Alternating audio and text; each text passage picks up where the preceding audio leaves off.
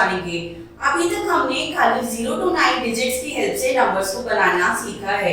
ये देखिए 0, 1, 2, 3, 4, 5, 6, 7, 8 और 9 इन डिजिट्स की हेल्प से हम वेरियस नंबर्स फॉर्म करते हैं, ये हम जान चुके हैं।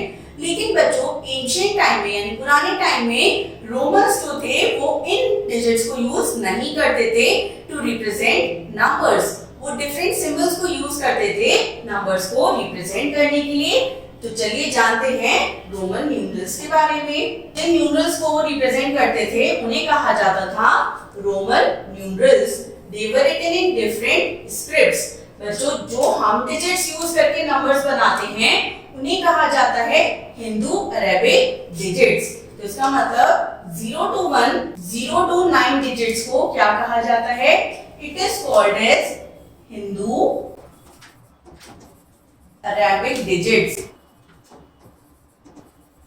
और इंटरनेशनली इन्हीं नंबर्स की हेल्प से 0 to 9 की डिजिट्स की हेल्प से जो नंबर्स फॉर्म होते हैं वो एक्सेप्टेबल हैं। रोमन नंबर्स की अपनी कुछ लिमिटेशंस थी, जैसे रोमन नंबर्स 0 को नहीं मानते थे, दे डू नॉट यूज 0 या 0 को वो किसी भी थ्रू रिप्रेजेंट नहीं करते थे, तो उसकी एक ये भी लिमिटेशन थी। प्लस रोमन नंबर्स जब न्यूमरल्स के फॉर्म में आते थे वो बहुत बड़े नंबर्स होते थे जिन्हें पढ़ना और समझना थोड़ा सा डिफिकल्ट होता था।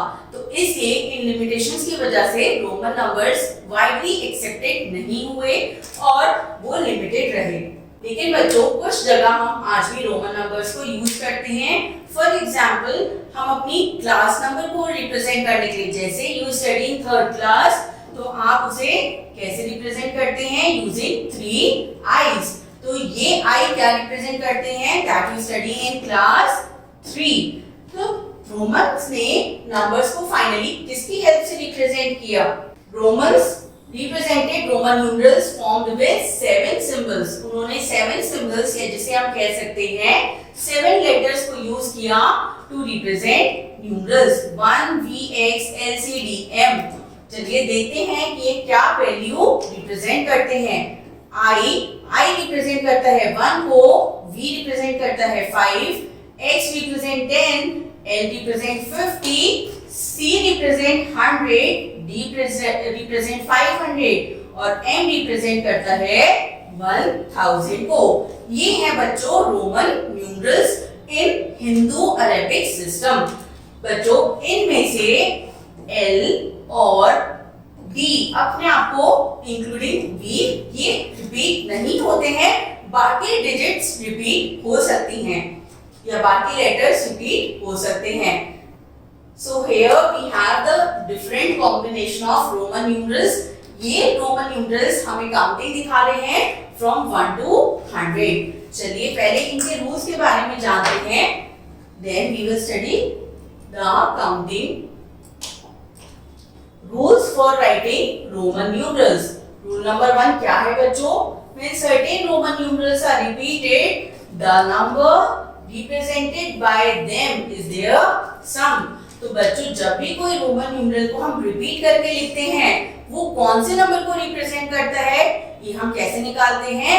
Bye adding their digits. देखिए जैसे यहाँ पर 2 आईज हैं, तो ये है 2i, तो ये इसका मतलब 1i 1 को रिप्रेजेंट करती है, तो 1 + 1 they are representing 2। 3 times x, तो 3 times x का क्या मतलब हुआ? सिंगल x 10 को रिप्रेजेंट करता है, तो 3x यानी x + 10 + 10 + 10, सो 3x कौन सी वैल्यू को रिप्रेजेंट करते हैं? They represent 30। Another important thing, एक भी जो हमारा डिजिट जो हमारा लेटर है in the Roman numeral, for example x, ये मोर देन 3 टाइम्स नहीं रिपीट हो सकता है, यानी एक हमारा सिंबल या एक लेटर मैक्सिमम 3 टाइम्स ही रिपीट हो सकता है। अगर मैं 40 को 4x की हेल्प से रिप्रेजेंट करने के लिए लिखूं तो ये मेरा गलत हो जाएगा। So that means we can only repeat 3 times the Roman numeral. Rule number 2, when a Roman numeral is placed after another of greater value, the value of the resulting numeral is equal to the sum of the numerals। तो बच्चों अगर हम एक greater value के बाद एक smaller Roman numeral को रखते हैं तो उसमें क्या होता है, वैल्यूज एड ऑन हो जाती हैं। देखिए जैसे मैंने लिखा है x111 सॉरी xii, तो x रिप्रेजेंट करता है 10 और 3 i's मतलब 1 + 1 + 1, तो ये मेरा नंबर बन के आएगा 13। अनदर एग्जांपल, सो v रिप्रेजेंट करता है 5 को और these are I, 2 i's यानी 1 + 1, तो ये हमारा नंबर हो जाएगा 7।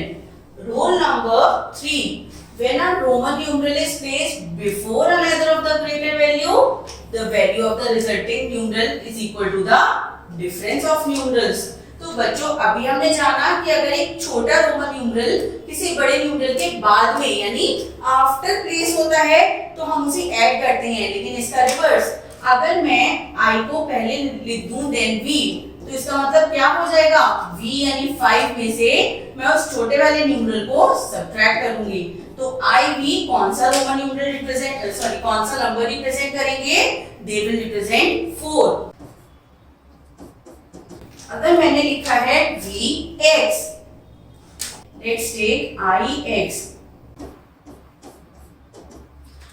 ix, तो x हो गया है मेरा 10, so x is 10। अब क्योंकि i छोटा है देन x और मैंने उसे पहले लिख दिया है तो मैं 10 में से 1 सब्ट्रैक्ट करूंगी और मेरा आंसर आ जाएगा 9। Now when a Roman numeral of a smaller value is put between numerals of greater value, it is subtracted from numerals on its right। तो बच्चों अगर हम एक रोमन न्यूमरल जो छोटी वैल्यू का है उसे दो बड़ी वैल्यू के बीच में लिख देते हैं, जैसे हमने लिखा है xiv, तो x और v दोनों बड़े हैं i से, तो इसका मतलब हम क्या करेंगे, हम बड़े वाले वैल्यू में से छोटे वाले वैल्यू को सब्ट्रैक्ट कर देंगे।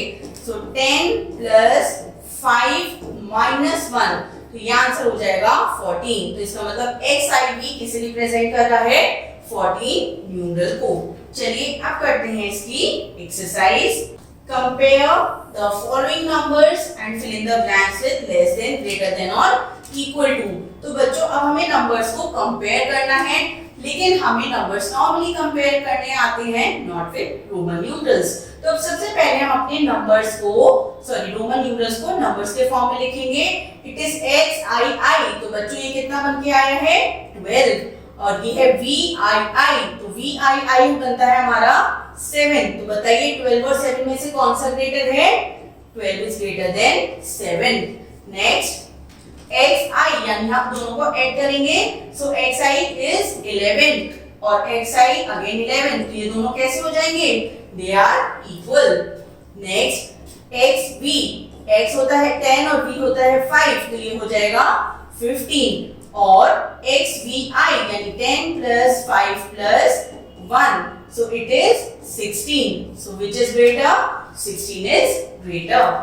next xix, अब बच्चों i क्योंकि एक छोटी वैल्यू का है और ये दो बड़ी वैल्यू के बीच में है, so what we will do, we will write 10 + ix, तो हम 10 में से 1 को हम 10 लिख के 10 में से 1 को सब्ट्रैक्ट करेंगे और ये हो जाएगा हमारा 19, और xx यानी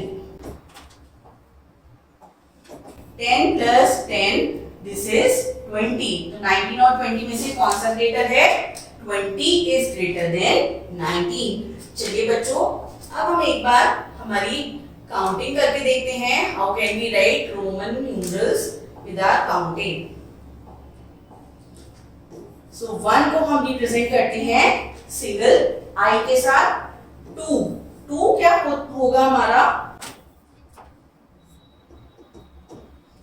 2 is 1 + 1, तो हम इसके लिए 2 times i को ड्रॉ करेंगे, 3 1 + 1 + 1, तो हम ड्रॉ करेंगे 3 i's। नाउ व्हाट इज 4, अब क्योंकि हम i को मोर देन 3 टाइम्स नहीं रिपीट कर सकते हैं, तो बच्चों हम 4 को लिखेंगे 5 - 1, तो 5 होता है v, और क्योंकि हम माइनस कर रहे हैं तो हम छोटा वाला रोमन न्यूमरल उसके आगे प्लेस करेंगे, so this is how we write 4। Next is 5 5 is represented with V6. हम 6 को कैसे रिप्रेजेंट करेंगे? 5 plus 1, तो 5 होता है हमारा V और उसमें हम 1 ऐड कर रहे हैं तो हम बाद में लगा देंगे I को। 7 होगा हमारा 5 plus 1 plus 1, तो 5 is V I and one more I. Now what is 8? It is 5 plus 1 plus 1. So V I. This will be 8. Now how will we write 9? अब क्योंकि I already 3 times repeat हो गया है तो हम आगे repeat नहीं कर सकते हैं। So we will write 9 as 10 minus 1. तो बच्चों 10 क्या होता है? x और 1 माइनस कर रहे हैं, इसे हम प्लेस कर देंगे आगे। So 9 लिखा जाएगा as ix and 10. What is 10? 10 is x जो हमें रोमन न्यूमरल में गिवन है। चलिए अब लिखते हैं 11 के लिए। 11 will be 10 plus 1, तो 10 होता है x और 1 हम उसमें ऐड कर रहे हैं तो हम लगा देंगे I. So it is xi 12. 10 plus 2, so it will be x 1 13 x plus 3. तो बच्चों हमने 3 को कैसे लिखा था? यूजिंग दिस, तो x 1 2 3, तो 3 times I will be 13. Now what is 14? So we can write as 10 plus 4. तो 10 को हम लिखते हैं as x और हमने देखा हमने 4 को कैसे लिखा था? I and V. तो 14 को हम लिखेंगे as xi v. Now 15. It is 10 plus 5. So 10 plus 5 will be x v. क्योंकि 10 था x और 5 है v, so it is xv. 16 कैसे लिखा जाएगा? 10 plus 6, so x और 6 को बच्चों हमने कैसे लिखा? v and I, so it is vi 16. Now 17. 10 plus 7 होता है 17 और 7 को हम लिखते हैं xii, sorry vii, तो it is 17. How we will write 18? 10 plus 8 is 18, x v I and 19. Now we cannot repeat 1 more than 3 times. हमने already 3 times लिख लिया है, तो बच्चों 19 को लिखेंगे as 20 minus 1. लेकिन 20 कैसे लिखा जाता है? 20 लिखा जाएगा as 10 plus 10. तो 10 plus 10 होता है xx. तो हम 20 minus 1 इसे कैसे लिखेंगे? xx और 1 को आगे हम स्टैंड कर देंगे. So it is it will be written as this xix. हम 19 को लिखेंगे as 10 plus 9. तो 10 है बच्चों हमारा x और 9 को हम लिखते हैं ix, तो it is written as ix और 19 बन जाएगा xix. Now 20 is xx. Again हम यहीं से अपनी काउंटिंग आगे की शुरू कर सकते हैं. 21 को कैसे लिखा जाएगा?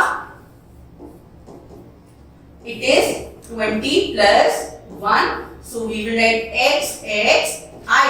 तो इस तरह बच्चों हम 100 तक अपनी काउंटिंग को इजीली कंटिन्यू कर सकते हैं. जैसे ही हमारे पास 50 आएगा तो हम वहां पर लिखेंगे L. 60 के लिए हम क्या करेंगे? 50 plus 10 यानी L plus 10, that is LX. चलिए कंटिन्यू करते हैं हमारी एक्सरसाइज को. Arrange the numbers in ascending order. अब बच्चों हमें नंबर्स को असेंडिंग ऑर्डर में अरेंज करना है. तो सबसे पहले हम अपने नंबर्स को नॉर्मल इंडो-अरेबिक सिस्टम में लिख लेते हैं. फर्स्ट इज 4, सेकंड है हमारे पास 8, फिर है 5, देन इट इज 6 और लास्ट है 7.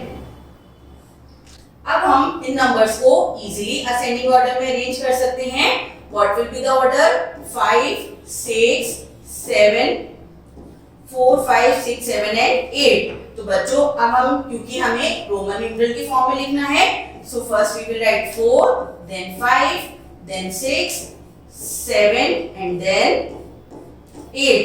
This is how we will arrange our numbers in ascending order. Next देखते हैं XV. XV का मतलब हो गया 10 plus 5, तो फर्स्ट नंबर है हमारा 15, XI 11, XVI तो ये हो गया 16, XIV दिस इज 40 और XX हो गया है 20। तो चलिए असेंडिंग ऑर्डर में अरेंज कर लेते हैं। सबसे पहले आएगा 11, देन 14, 15, 16 और फिर आ गया है हमारे पास 20। तो 11 को हम कैसे लिखेंगे बच्चों? XXI XI, 14 will be written as XIV, 15 is written as XV, 16 XVI और 20 को लिखेंगे XX। This is how we will arrange our numbers या Roman numerals in ascending order. C and D part please do it yourself. Next arrange in descending order. A part, चलिए पहले इन numbers को, इन Roman numerals को numbers के form में लिख लेते हैं।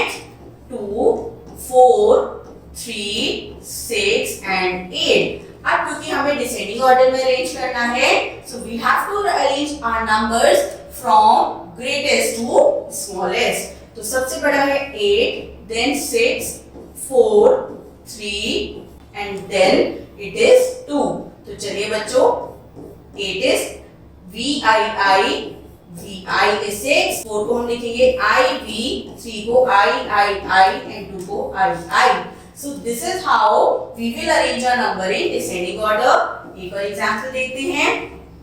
VI, VI क्या हुआ बच्चों? 6, 1, V हुआ 5, X हुआ 10 और VII यानी 7। तो सबसे पहले आप नंबर्स को डिसेंडिंग ऑर्डर में अरेंज कीजिए। 10, 7, 6, 5 और 1। 10 के लिए हम लिखेंगे X, 7 के लिए लिखेंगे हम VII,